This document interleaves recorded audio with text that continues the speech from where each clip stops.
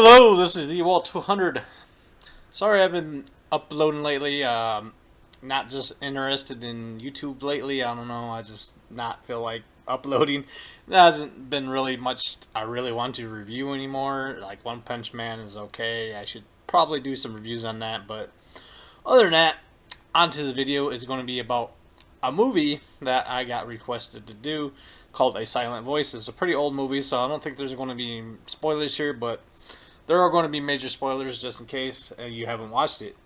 Now, I'm probably going to get a lot of flack for saying this, but I did not like this movie.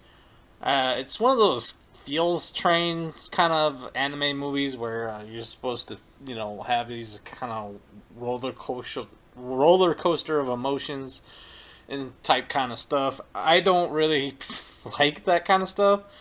You get this dude that's bullying this deaf girl, and they get in a fight. The girl kind of beats the shit out of this guy. No joke. And years later, he tries to redeem himself. He's like, "Wow, I'm such a cunt. I should try to redeem myself and try to apologize to all these people I was a cunt to." So he goes on, and these are his adventures to his, I guess, redemption at the end of the movie. And there is some quite a good plot development in here, a lot of good character development. Even though like the sub characters, like the side characters, don't get as much fleshed out as I would like to.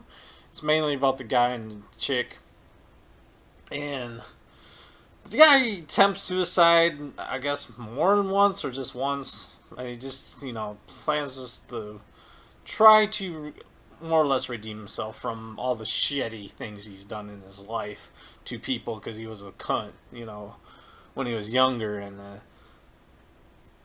it's just like, I don't know what it was about. It's like, it seems like these two people, the guy and the chick, just have some serious mental issues. It was pretty depressing to watch, to be perfectly honest. I think it caters to more of the kind of teenage crowd where that's kind of more of a nuanced kind of a thing.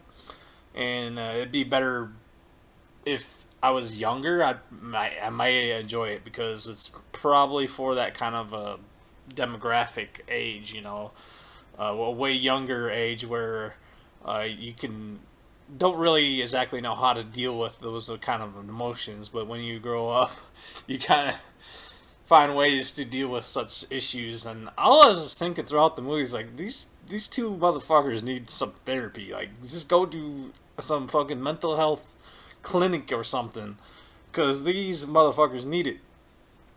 And I think there's some interesting aspects in it, because there's like X's on these people that he's kind of shut out of all of his life, and slowly but surely these X's like fall off the people because he's slowly accepting these people into his life, and he's slowly actually getting into where he can actually socialize with people and actually have friends and have fun, because he really has never experienced that, which is kind of weird, but whatever, we can go with it. And then the end is not so bad. He basically accepts everyone, and he starts hearing things that people are actually saying instead of hearing stuff that he thinks people are saying. Because earlier in this movie, he overhears conversations, but that's not exactly what they're saying. He just hears whatever he wants, basically, and they're pretty much talking trash to him, but they're actually not even fucking talking about him. Yeah, that's where the therapy comes in. Like, these motherfuckers have some serious fucking mental issues that they need to sort out for real. And he wasn't so bad. Like, overall, it was an okay film. I didn't particularly like it, and a lot of people did. It is extremely high praised for a lot of stuff, and the animation is pretty on point. I'm not gonna lie, it was pretty good animation, and some of the story and characters I did like.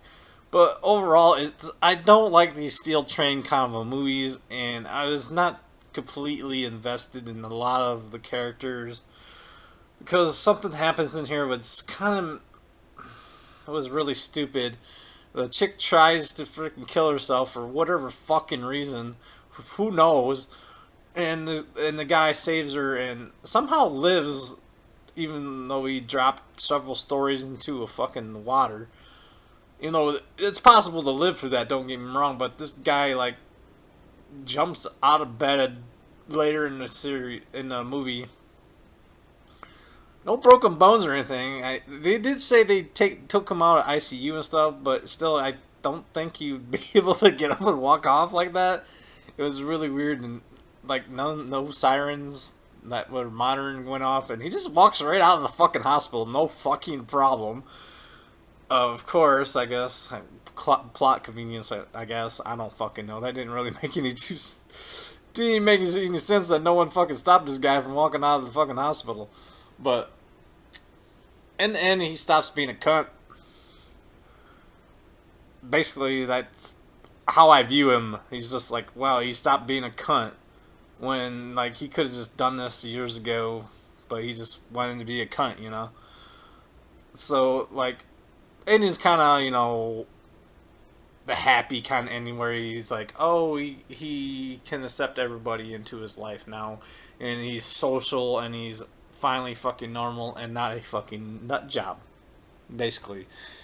Just my perspective of the whole thing. I just couldn't get into it. There's a lot of mental issues and depressing kind of things into the movie that I just didn't like, couldn't get into, and that's just me. It's just not my, I guess, cup of tea of a movie. Overall, I think I'd give it like a 5 out of 10. It was just average. It was okay a lot of the times, and other times it's just like it really just had a lot of things going for it. Don't get me wrong, it's praised for a reason, and I think I'm just out of the age range, or it just didn't appeal to me. I'm not too sure. Maybe a combination of those, but that's my verdict on the whole movie. Go watch it. I think a lot of people will enjoy it. I just didn't. Thank you for listening. Right, comment, subscribe.